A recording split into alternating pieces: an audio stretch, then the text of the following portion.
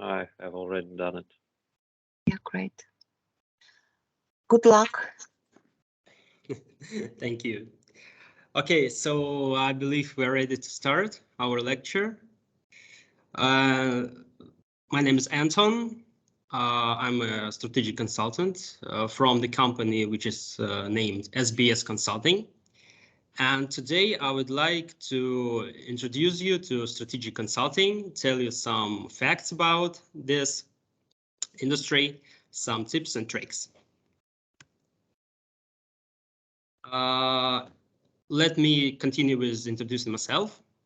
So as I've already told, I'm working as a consultant in SBS Consulting for about 3 years now.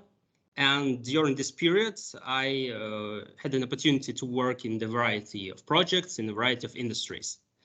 For example, I took part in several strategic projects like the development of the strategy for a bank or oil and gas Russian industry. And I've also took part in some operational projects like business process optimization for the leading Russian construction company or organizational transformation of the leading Russian sodium producer.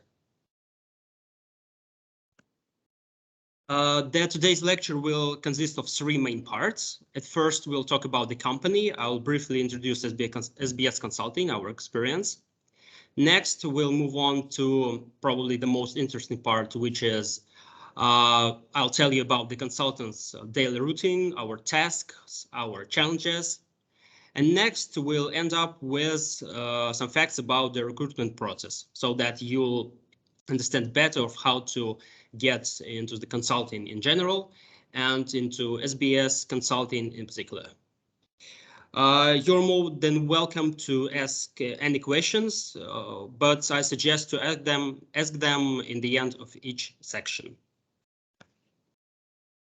Okay, so I hope we should believe, or I believe we should start. And let me tell you something about the company I'm currently working in, SBS Consulting.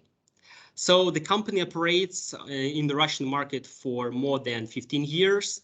And during this period, we have accomplished about 300 projects for the largest companies and executive authorities at the federal and regional levels. And currently, the company is one of the leaders of the Russian market of strategic consulting. So we work in different spheres. And I think there are 4 main directions in which SBS Consulting is currently operating.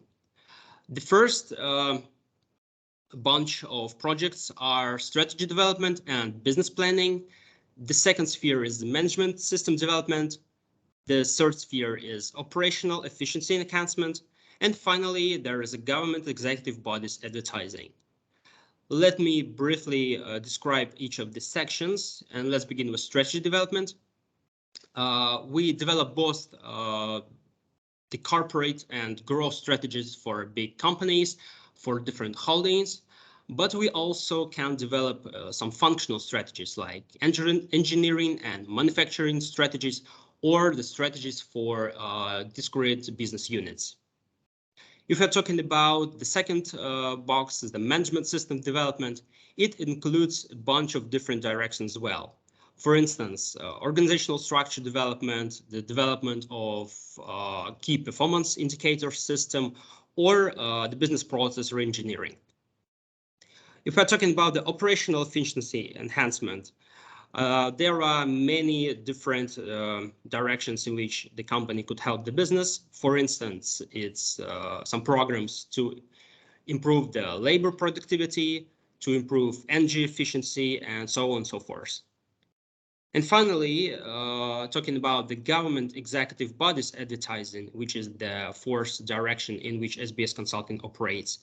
Then here we do some extensive microeconomic analysis. We help the government to develop some sectoral strategies, government programs, or even regional strategies.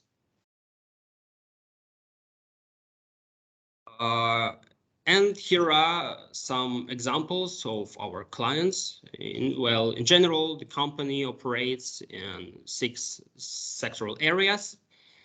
And if we are talking about particular examples of our clients, among them are such well-known firms as Sibur, Gazprom, Rosneft. We also help some retail businesses to grow and develop. Those are X5 Group or Litres. And we help the construction firms as well. It's like one of the examples is Samolet. And finally, there is a large public sector and development institutions consulting in our company. And here we help the Ministry of Economic Development, the Ministry of Agriculture, or some companies, some governmental companies as Russian Post, for instance. And here you can see some actual examples of the recently accomplished projects. You can see that there was a development of the Russian energy efficiency improvement program, or even strategy development for the group of aviation industry companies, or even the development of the strategy for Chukotka region. There are apparently many more examples, but it will take forever to list them all. So for now, that's all about the company. There was a brief introduction into our business. And I believe we are ready to move to the next section, but if you have any questions, I guess that's the best moment to ask them.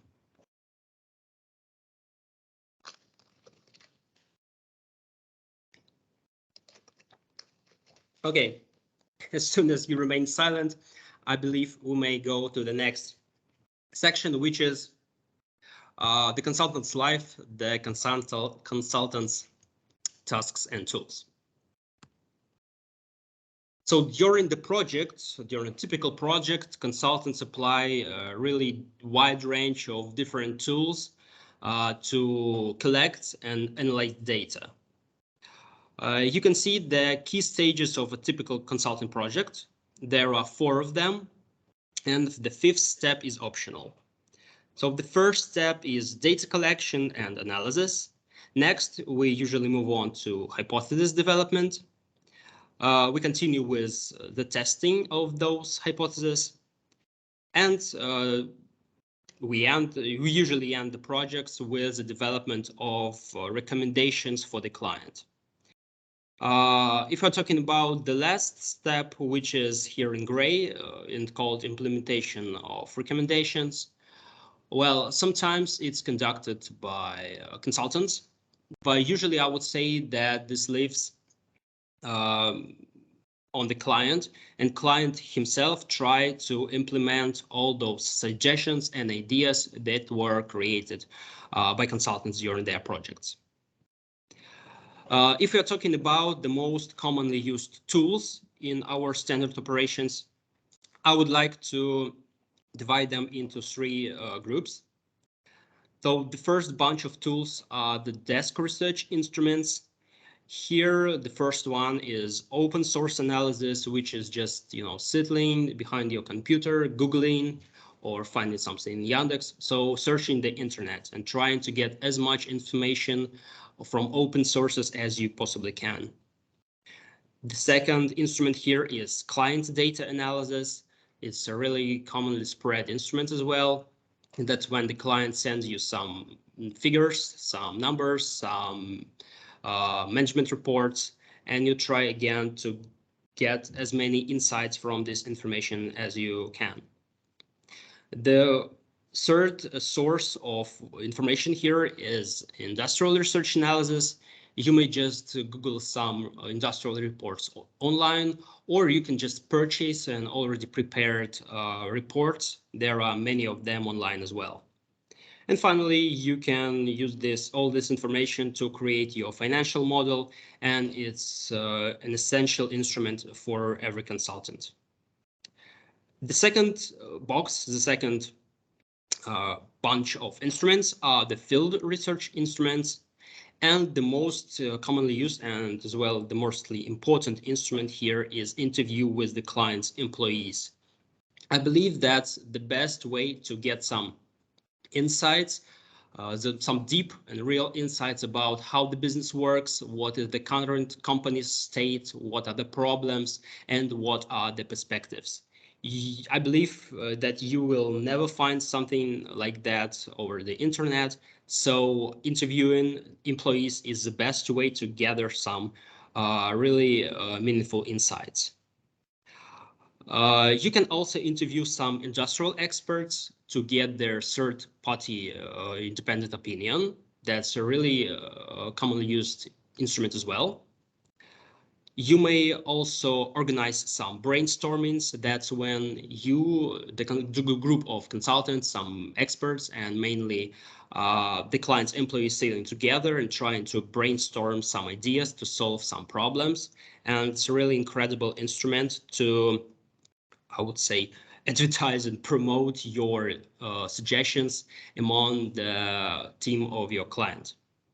And finally, I've also come up with this instrument, which is called timesheet analysis. It means that you just stand in front of the worker who's currently working during his day and try to write down all the actions, all the timings that the worker is currently doing. This allows to really get a good understanding of the time wastes which occur during the working day of the employee and optimize this schedule. And finally, if we are talking about the software, then there are two most commonly used programs, which are PowerPoint and Excel. Apparently, PowerPoint is used to create slides, which are, I would say, the only and the most commonly spread way of reporting information to the client. And Excel is also like an instrument used all over the world. It allows to create different, even sophisticated financial models, or just make tons of calculations which are necessary for almost any projects, I believe. And you may already know all this information, and it may even sound a little bit theoretical. So let's move on to the next part, where I'll try to describe how all this theory works in practice. Just a quick sec.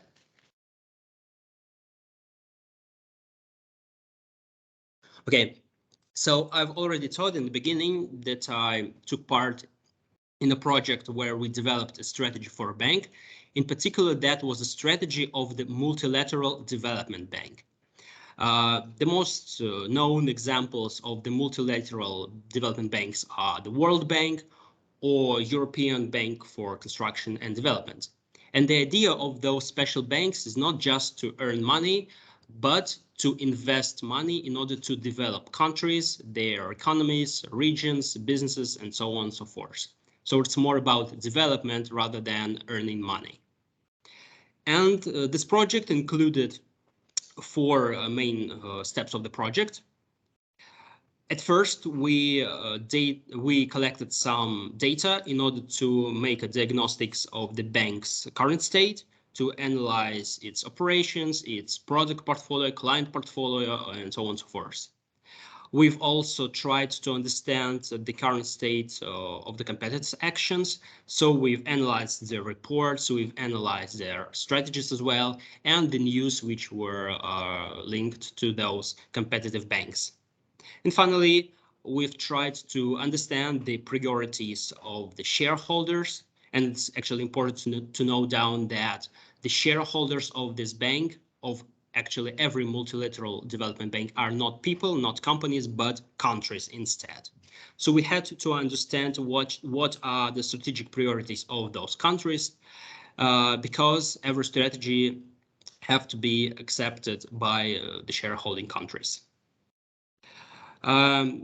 After we collected enough data, enough information, we've proceeded to hypothesis development. And in this particular project, this hypothesis were the four strategic alternatives of how the bank could develop in the 5 upcoming years. And the reporting materials of those first two stages included the slides. Actually, that were developed, two presentations, 40 plus slides each. And as I've already said, slides made in PowerPoint are the most common and the widely applied instrument of reporting to the client. After we have come up with some four strategic alternatives of the bank future development, it was necessary to pick one. Since consultants can only analyze information and suggest some decisions to the top management, we had to get an approval of those managers about picking one strategic alternative. As a result, we've moved on to the hypothesis testing stage, and we've organized several brainstorming sessions with the top management of the company. Those brainstorming sessions included CEO and all members of the board of the bank. Eventually, after several rounds of negotiations, we've understood that there is no one distinct strategic alternative, and in order to get all the ideas, all the initiatives of the top management, we have to combine those four strategic alternatives into one. And eventually, during this hypothesis testing stage, we've decided on one strategic model which the bank should pursue during the 5-year period. And eventually, we've moved on to the last stage, which is development of the recommendations, where we have elaborated on the detailed target strategic model with the bank. So we have filled the strategic model with numbers, with some figures, with particular instruments that the bank has to develop during the upcoming 5 years. And we've set some key performance indicators for the top management of the bank. Here again, the reporting materials were pretty standard, but the number of slides has increased dramatically. So we've made two presentations, like 220 slides combined. And it's actually important to know down here that we've developed a real financial model of bank operations, because if you suggest something to the top management of the bank, to CEO, you always have to support your ideas with numbers. And nobody will accept your strategy if it's not financially feasible. So what we had to do is we had to create the financial model and to incorporate all our ideas into this Excel spreadsheet. And I'm quite proud to say that this project didn't stop there. And also the consultant's job was over. The strategy moved on.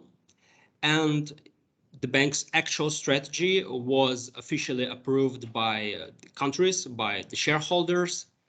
And the strategy, that actual strategy that the bank is currently working on, was full of ideas that me and my colleagues were developed. And moreover, all the computations that were drawn from our financial model again were incorporated into the bank's operations, into the bank's strategy. And even more surprising is that there are already several initiatives that were created by our team that are implemented into the bank's operations. For instance, since the bank is working in different countries, we had suggested to create some counter strategies in order to push operations in the particular countries, to increase the amount of investments which are made into those countries. And I know for sure that those counter strategies were not just developed but approved. And moreover, in some countries, there's already increase in the investments made.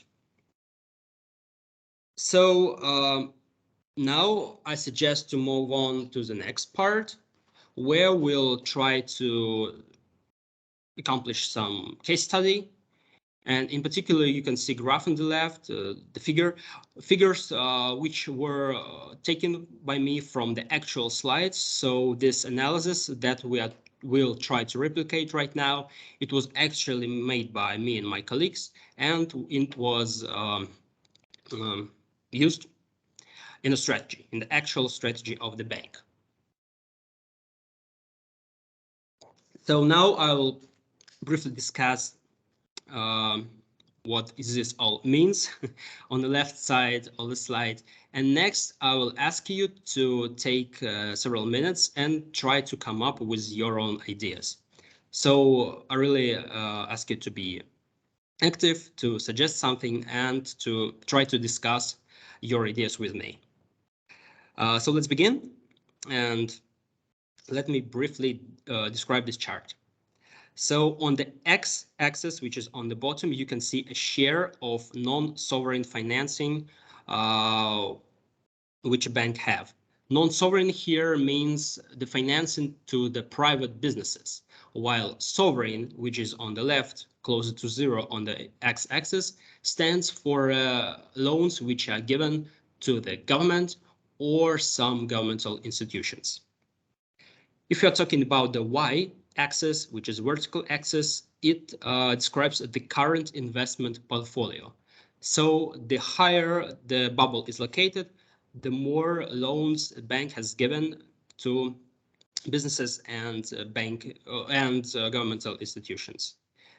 And finally, the size of these bubbles, they describe the average project size. So the larger is the bubble, the larger is the average average project of the bank. Again, if you have some questions about this chart, you may ask them now. If you don't have any, I suggest you to think about the following question, which is in the title. How can we group the banks based on this chart? It's actually essential for the consultant to know how to clusterize things, how to group them, because we usually, we all very often apply a benchmarking analysis. And when you try to find some benchmarks, you have to pick the right peers. So let's try to make this exercise right now. As I've already said, I suggest you to take just a few minutes and try to answer the question. How can we group the banks in this chart? And Anton, have one clarifying question. Sure. Is the project, you said that the project size, what is it? So as far as stands, you want to understand what stands behind the project size, right? So yeah, the size behind of the bubbles, the size of the bubbles, yes. Well, it means, well, let me briefly describe. For instance, a bank could invest $1 million in some project. Another bank could invest $100 million in a project. So that's exactly the project size. If there is a 1 million project, then the bubble will be really small. If there is a project which costs around, I don't know, $100 million, then the bubble will be really big. Is it getting better with this explanation? Yeah, and what kind of projects? You mean some investment projects or what? Okay. Yeah, it's actually investment projects. All those banks, they usually invest in a variety of different things, but in general, you can imagine some, I don't know, bridge or factory or a road or something else. So in general, they are big infrastructural projects which require a lot of money, a lot of expertise. And very often those banks operate in small countries which cannot afford themselves to invest in such expensive projects. So those banks come to help and to invest some money. Yeah, okay, clear. Thank you. Okay, yeah, you're welcome. So I guess like 30 more seconds probably, and we'll try to discuss on how can we group those banks.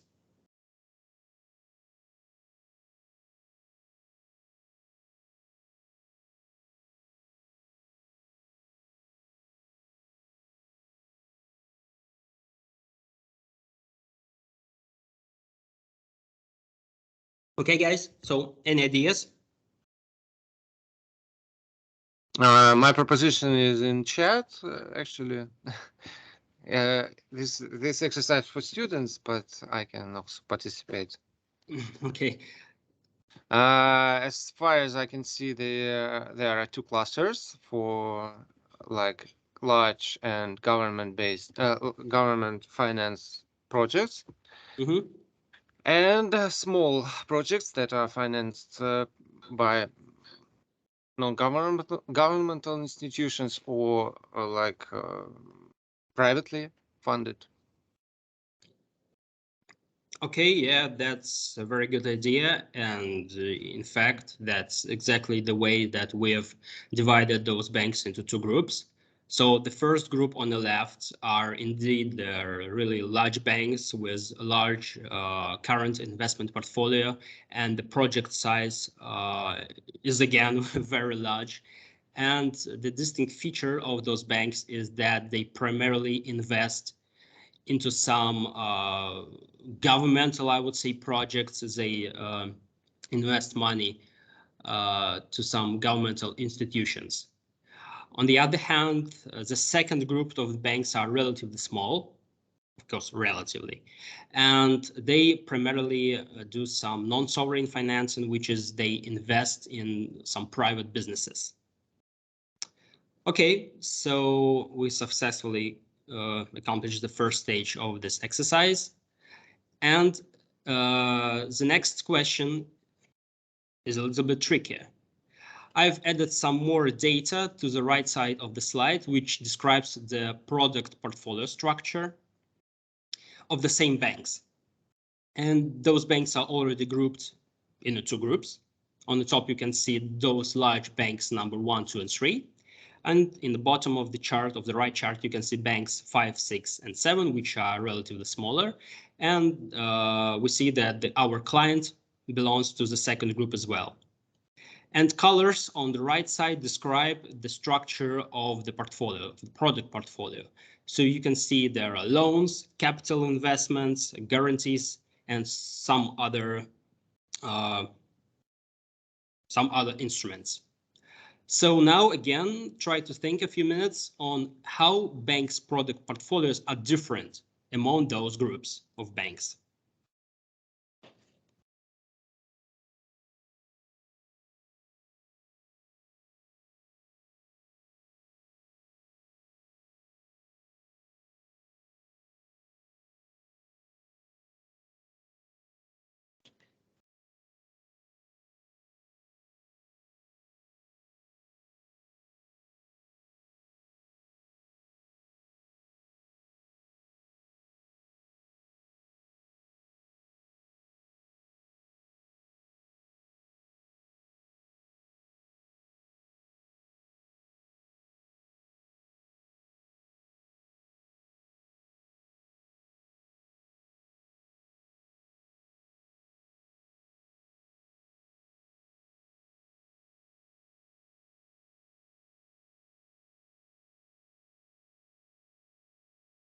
Okay, so guys, any ideas of the differences between the product portfolios on the right? Which conclusions can you draw from both those graphs?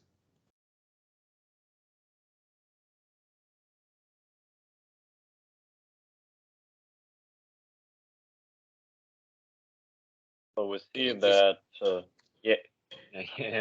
we see that sovereign banks, so the most part of their portfolio is loans, and private banks, they also work with some trade finance guarantees and capital investment.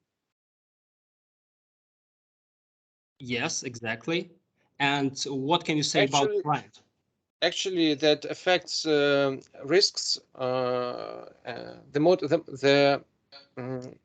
The structure of the portfolio affects the overall risk of the portfolio.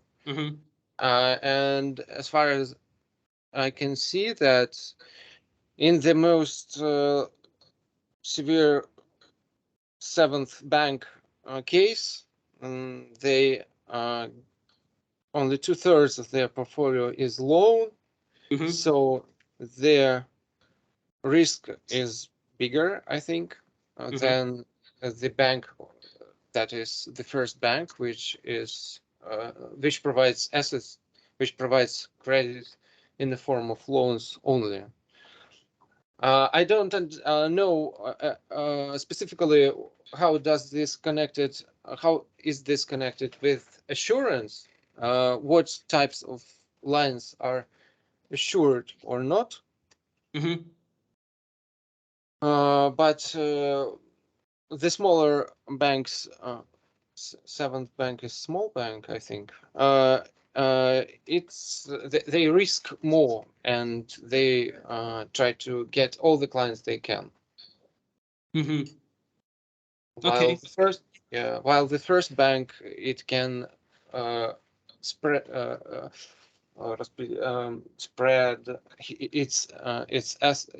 its funding with the most comfort way.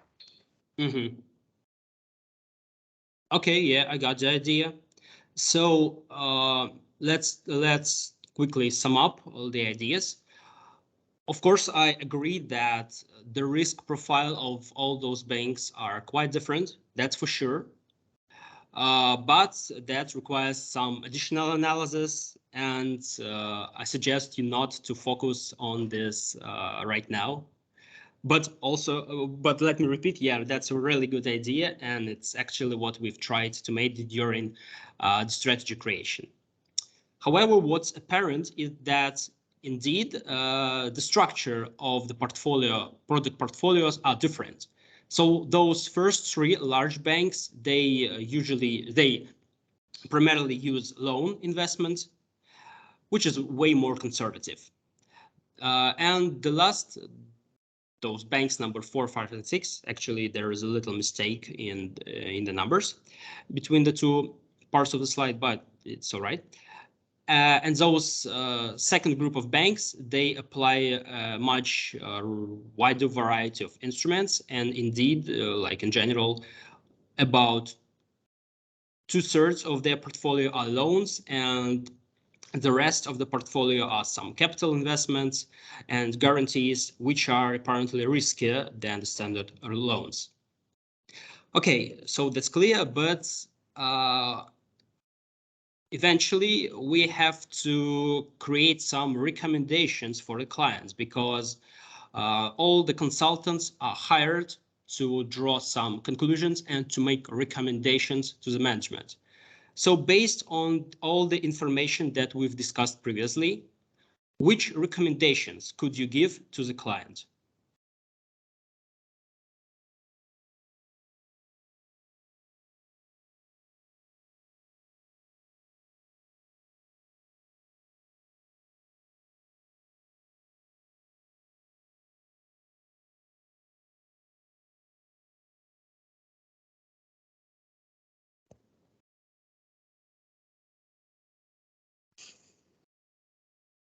Okay, guys.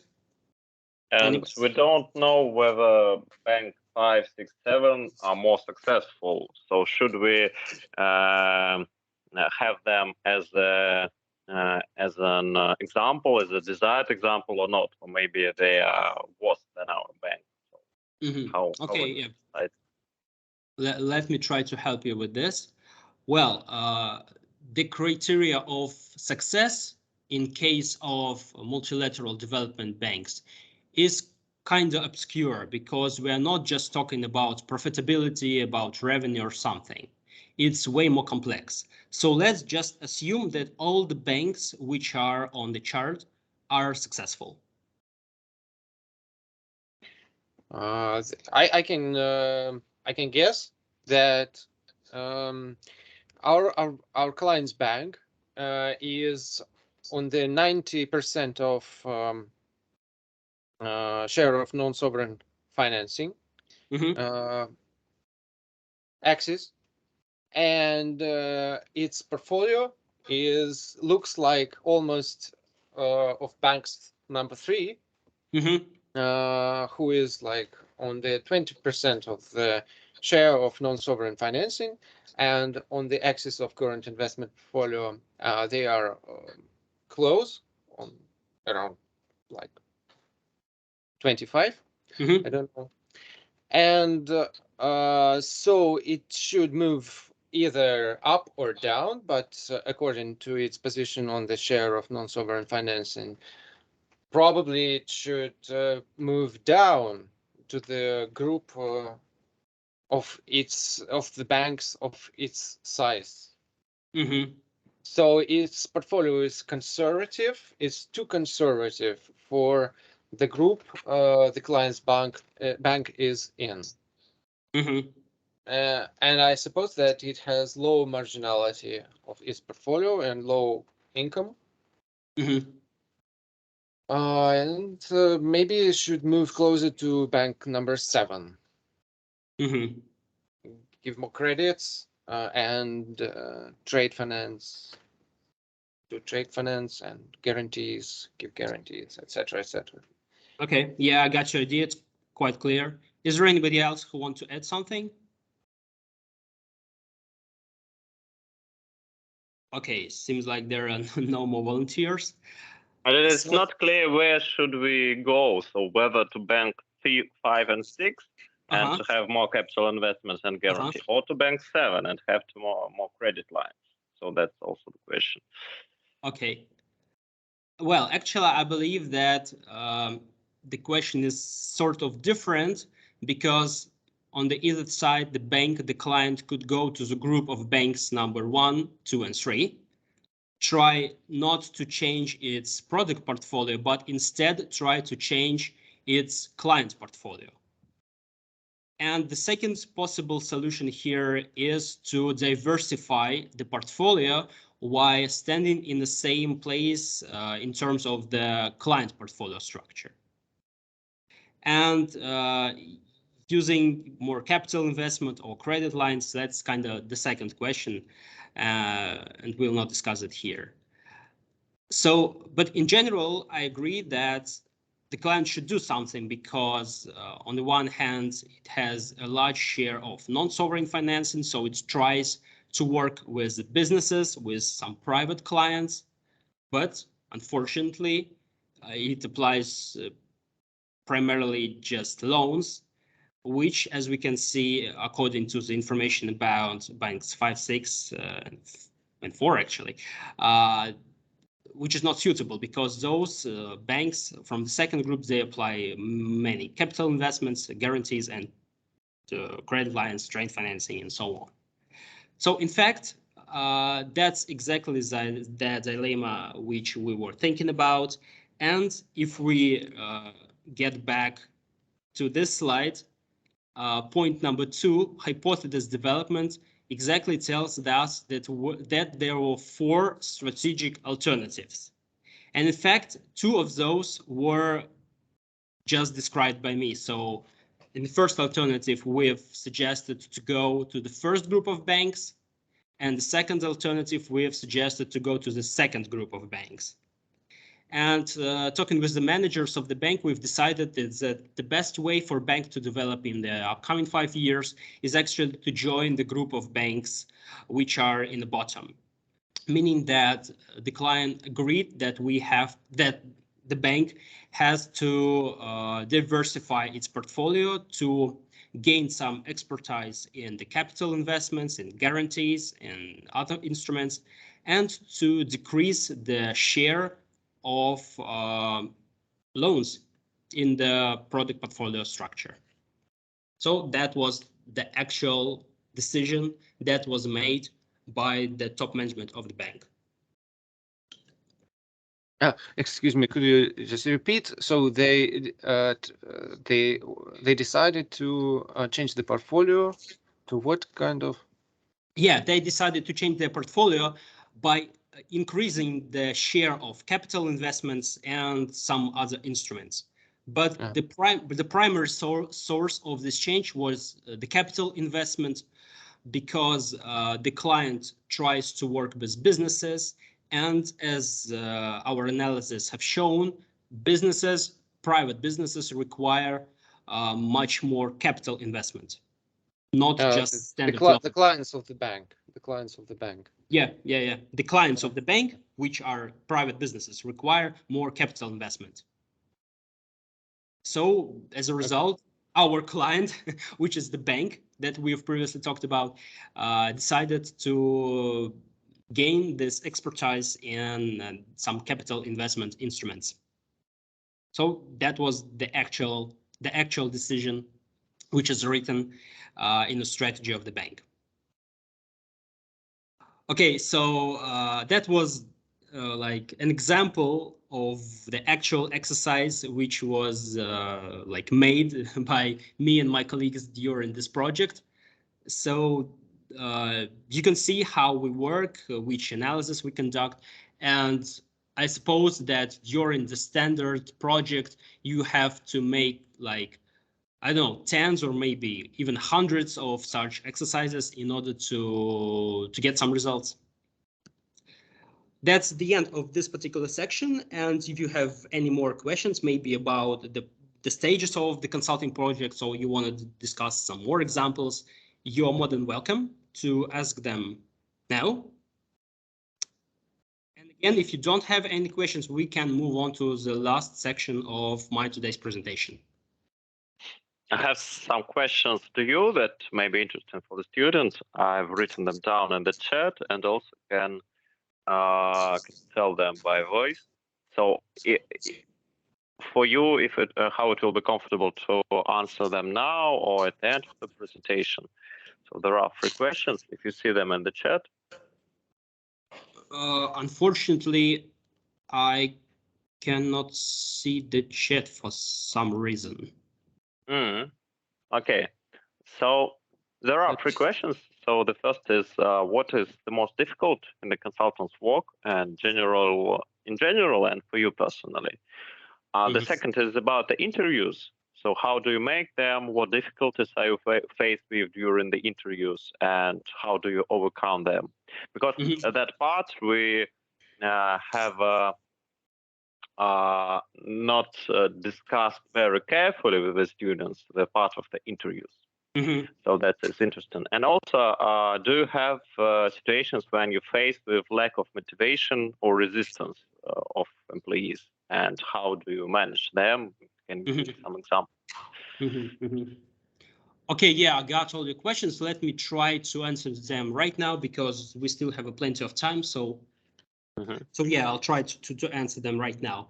And let's probably begin with the last question about the lack of motivation, right? Did I get it lack correct? Of motivation or resistance? Or... Yeah, I got the question. Well, if we are talking about motivation, I believe that the best way to overcome it is simple. It's actually to pick your holiday days on time. Because, for instance, if we are talking about this particular project with the bank strategy, it lasted for about half a year. And in the end, closer to the end of the project, all our team was like completely not motivated to do something. Each additional piece of analysis was a torture, because the only thing we wanted to do is just to lay down on the bed and do nothing. So I really believe that, taking holidays, go on vacation, travel, and try to switch your mind to something completely different is the best way to regain motivation and to refresh yourself. And the second point here is just to try to take part in an interesting projects and figure out some areas for self-development. For instance, if I want to be promoted to the next position, to the project manager, I understand that I have to manage the team well. I have to develop the communication skills.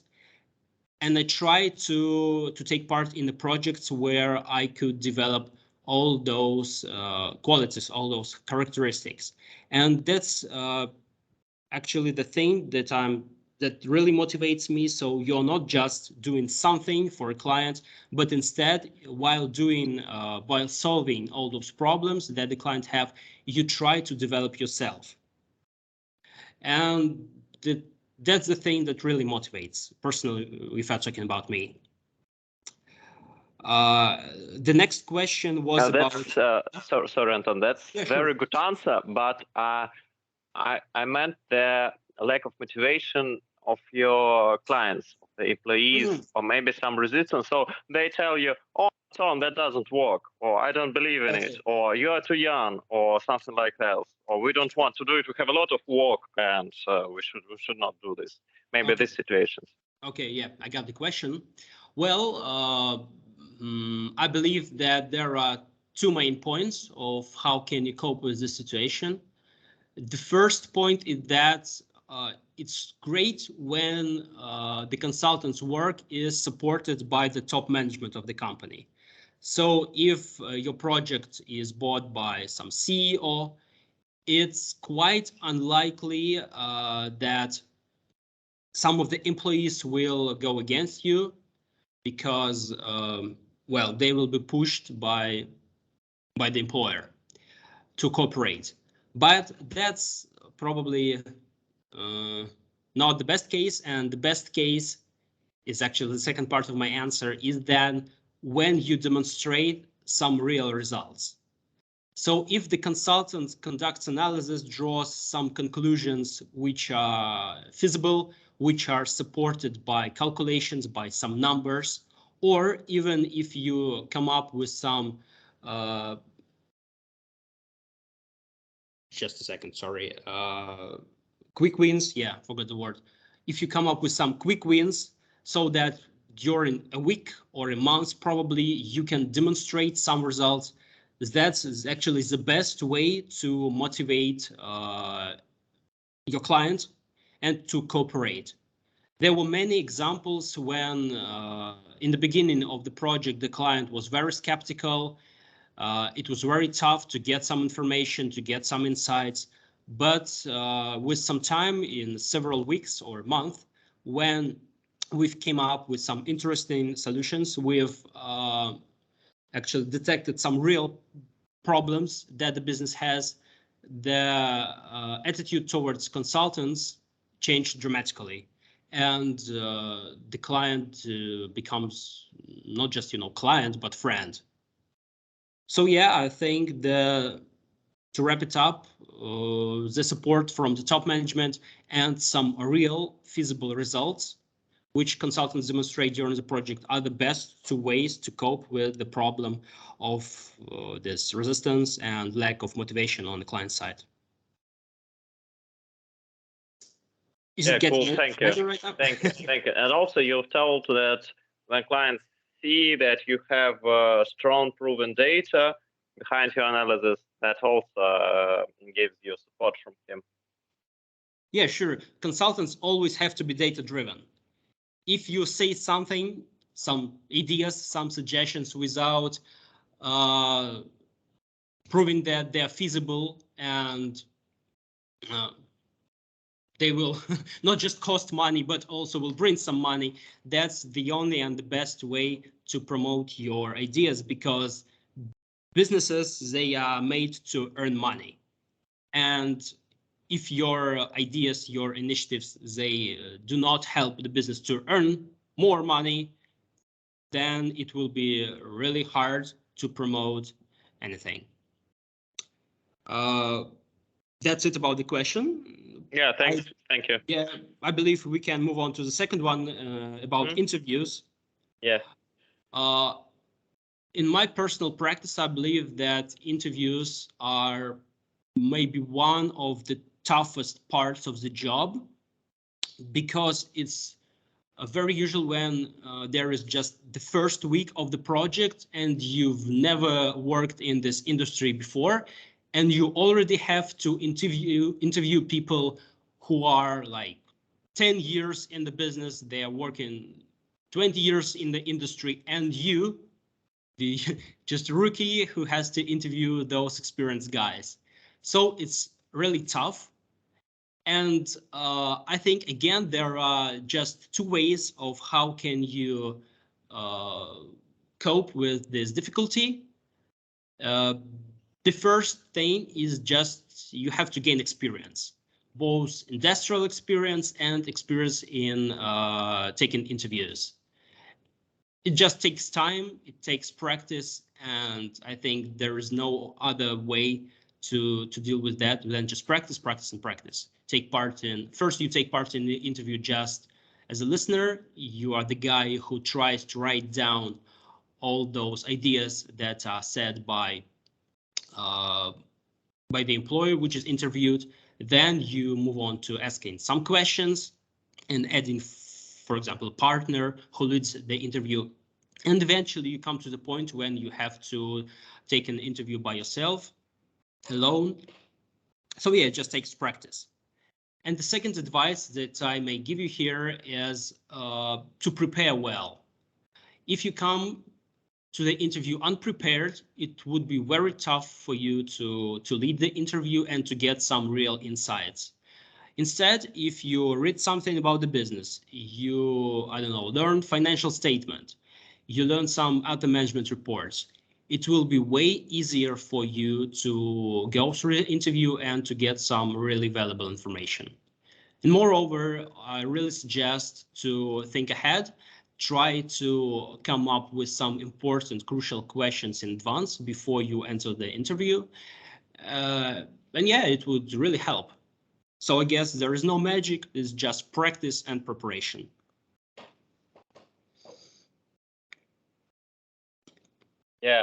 Yeah, thank you. And the last question was about what is the most difficult in the consultant's work in general and for you personally, and how do you deal with it?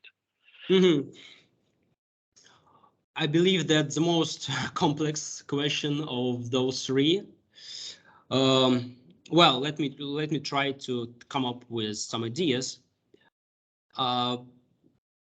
Personally, about me, and actually based on my experience, one of the most complicated parts of our job is actually taking interviews, because I've already said that it's like picks you out of your comfort zone. You have to speak to the really experienced people on a topic that you've just knew about, and it's really challenging.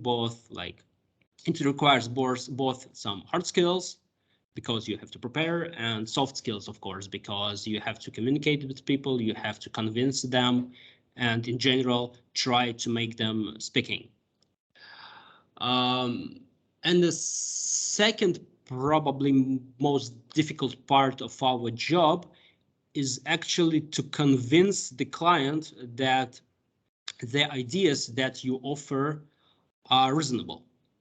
So here we are not talking about interviews, but we're talking about the presentations. When you, for instance, close some part of the project, you have to make a presentation in front of the client, in front of the managers, and you have to prove that your decisions, your suggestions are feasible.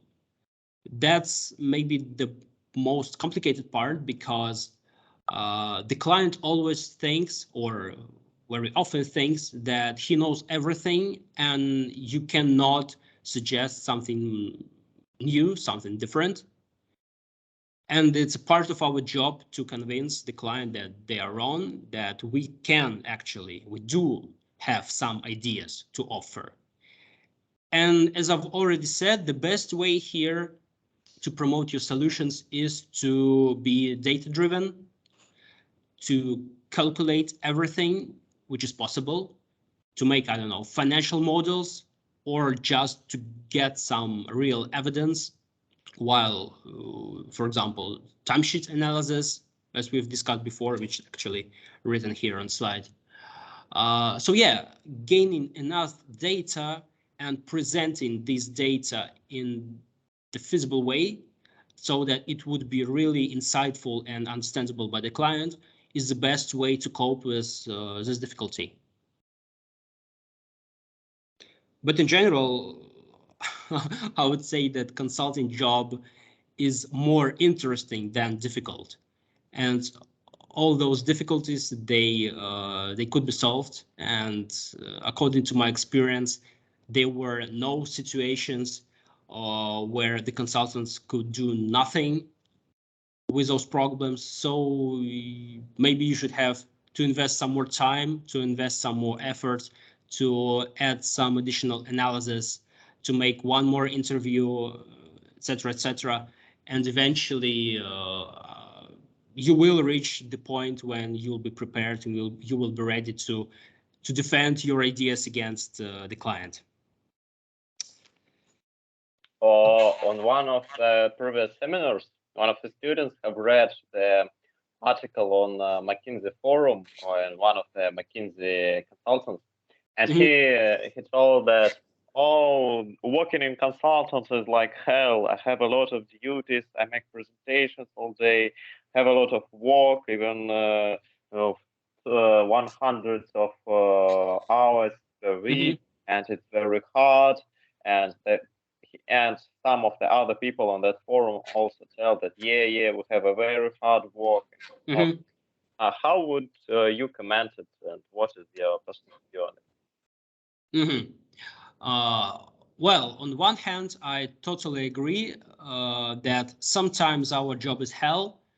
Personally, I've never experienced working something like 100 hours a week, but instead I've definitely worked something like 80 or even 90 hours. So it's tough, but it's all right, because the advantages which the consulting have, I believe they overweight all those problems and troubles. And I think we can logically move to the next part, actually, which tells why working, well, it's written in SBS Consulting, but I would add in consulting in general, could be attractive.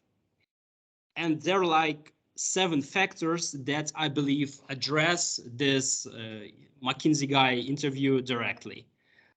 So the first factor here is team, because in consulting, you will work in a team of people with similar education, similar interests, and the team is usually very trustful, supportive, and energetic. So when you're really tired, when, I don't know, you work a lot, you just go with your colleagues on lunch and life becomes really better, at least during an hour. The next really crucial advantage of consulting is that you gain experience. You work alongside many industrial experts, and all that contributes towards really fast acquisition of different skills and knowledge. And it also supports by the variety of tasks, because during like 3 or 5 years in this industry, you will take part in tons of different projects from different industries and functional directions of the business. And you even may get 2 or 3 areas of specialization of your choice. I believe there are almost no other industries where you can get such an extensive and at the same time deep experience in the industry. And as you may know, in consulting, I believe in all consulting firms, there is an up or down system, career system, when you either grow and develop or you leave the company. And I believe that's the great feature of consulting, because the career path is very transparent. You know all the requirements to get to the next position, to get a promotion, and it really helps you to develop yourself, get self-development, to come up with a self-development plan, to improve your skills, and to become a real professional. I believe that working 80, 90, or 100 hours is definitely worth this experience and this clear career path.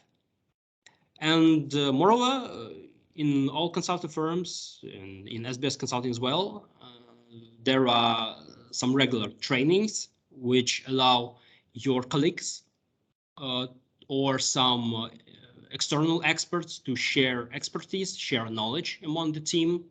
And also we have a mentorship system.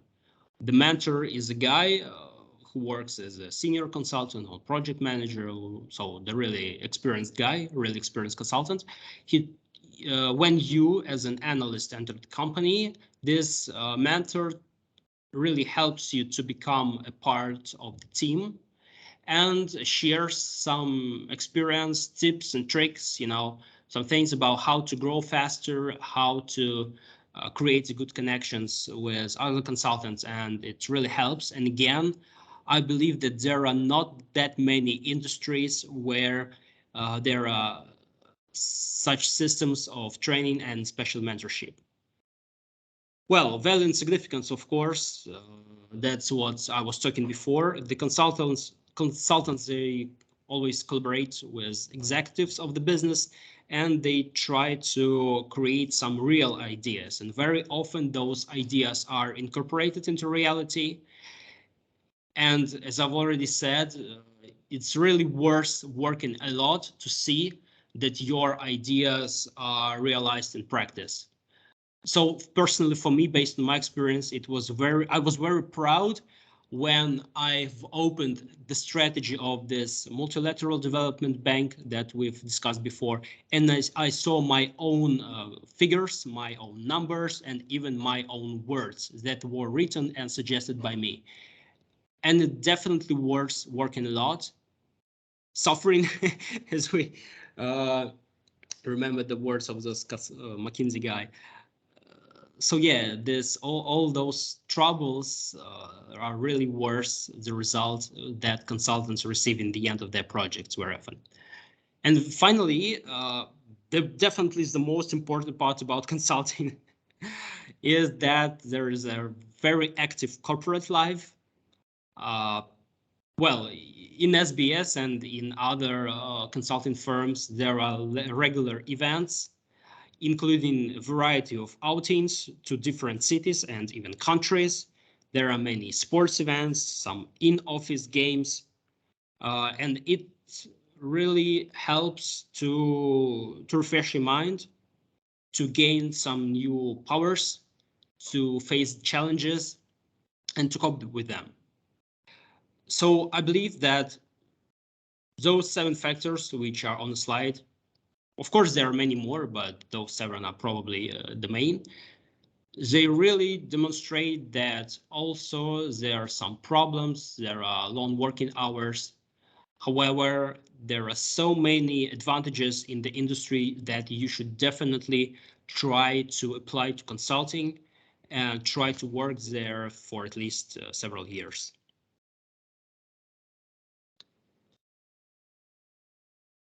Okay, so I think we have to move on. And just some brief information about the recruitment process, and in particular the qualities of successful analysts. So there are several of them, nothing too special, but still it's worth mentioning. Well, apparently the successful candidate must have a higher education, for instance, economic or technical. And what's even more important, I think, is that an analyst, consultant, and every guy who works in consulting must have a strong analytical and structuring skills.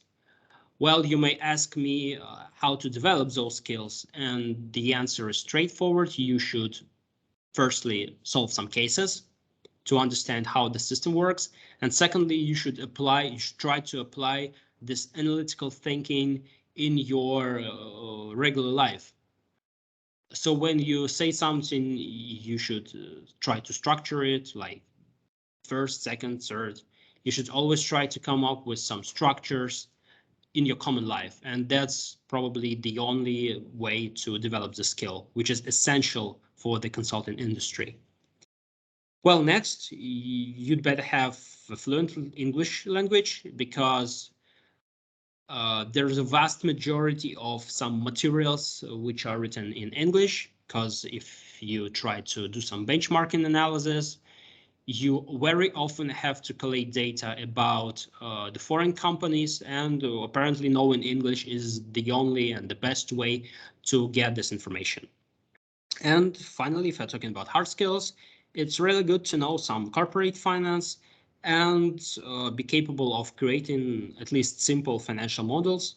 Because, as I've already said, we very, very often use Excel, and almost in every project, you have to come up with some calculations. Okay, if we are talking about soft skills, again, everything I believe is pretty straightforward. You'd better have initiative. You should try to be a leader, because without developing your leadership skills, it's quite impossible to be promoted to consultant and up. And if you're talking about project manager or partner, the leadership skill is essential. Also, we've previously talked a lot about interviews, and I believe it's apparent that you should have strong communication skills.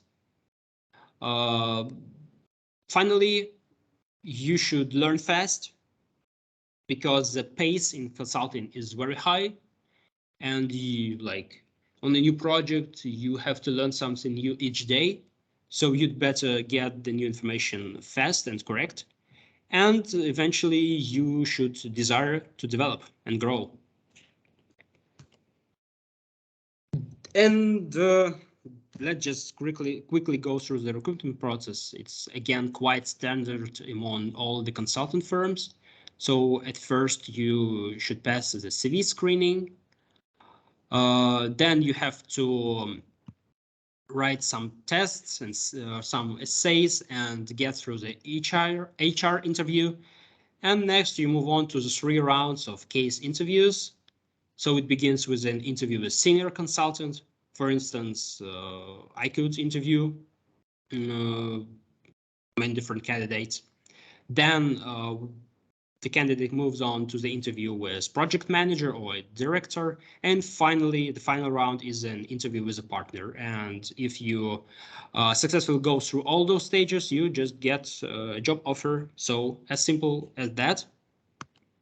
But working as an analyst is not the only option. Right now in SBS, we have the research team, which is a team of guys who are currently studying and working remotely from different cities, for instance, from St. Petersburg, from Novosibirsk, and some other cities.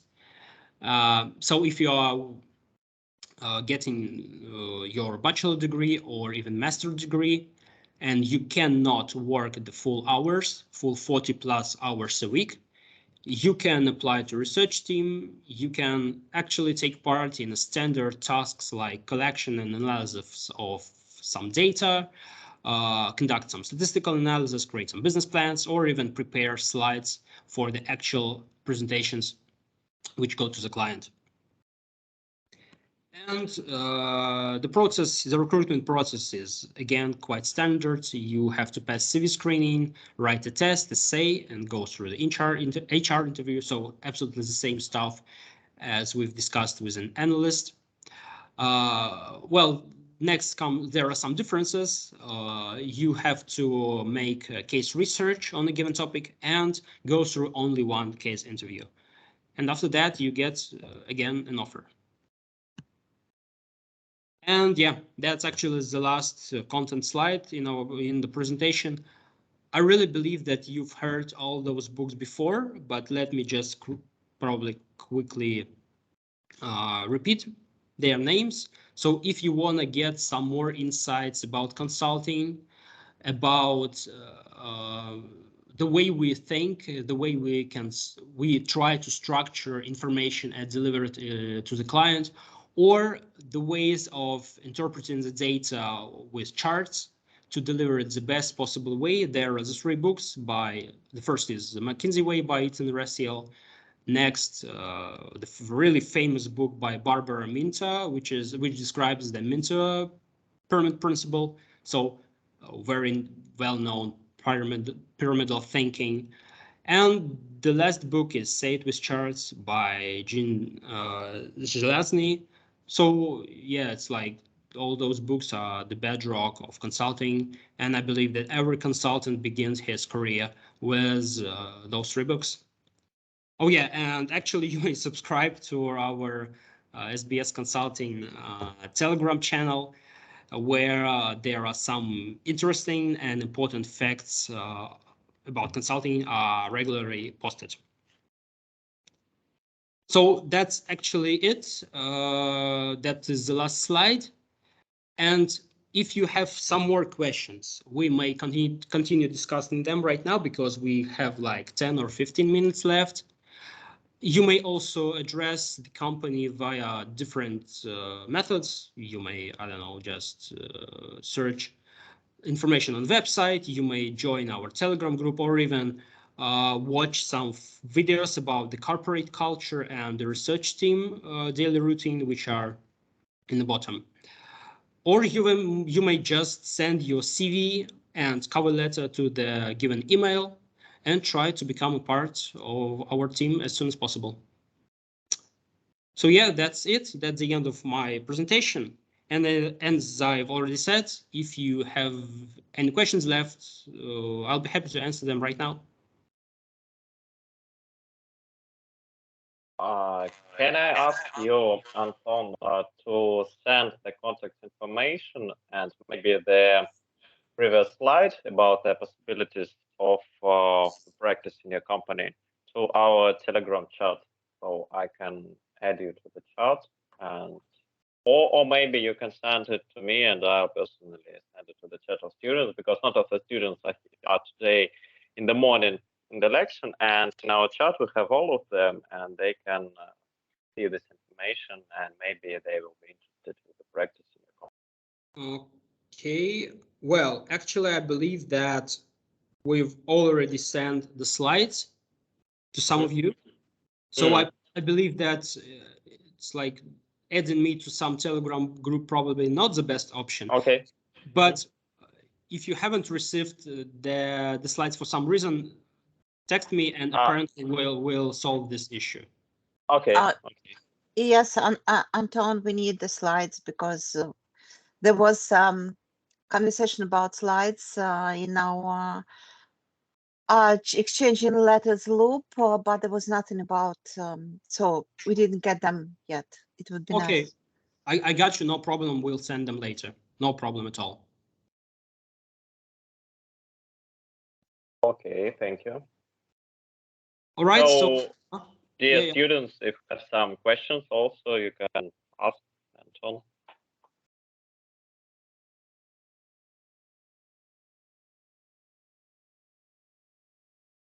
Okay, so if there are no questions left, I believe we should stop there.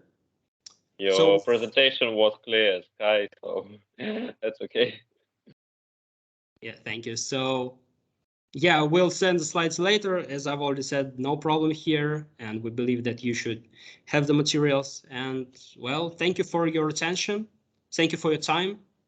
And I believe that maybe we'll meet in some time when you'll join the company and work alongside me and my colleagues. And Anton, one question to you also. If the students will, one of the students want to PM you to send you a message personally to ask questions, could they do it? Sorry, I didn't really get the question. If some of the students want to ask questions to you directly, maybe in social network or some other way, will it be okay for you to answer them? I believe yes. So maybe I'll just send you my Telegram contacts in WhatsApp. So cool. I'm quite okay with talking directly to those guys. It's all totally right. Thank you. Great, thank you so much, Anton. Yeah. It was a privilege having you today as a guest lecturer at our course. Thank you so much for your time and your attention. I was happy to try to help you. Okay, thank you. Goodbye. Thank you. Thank you for the lecture.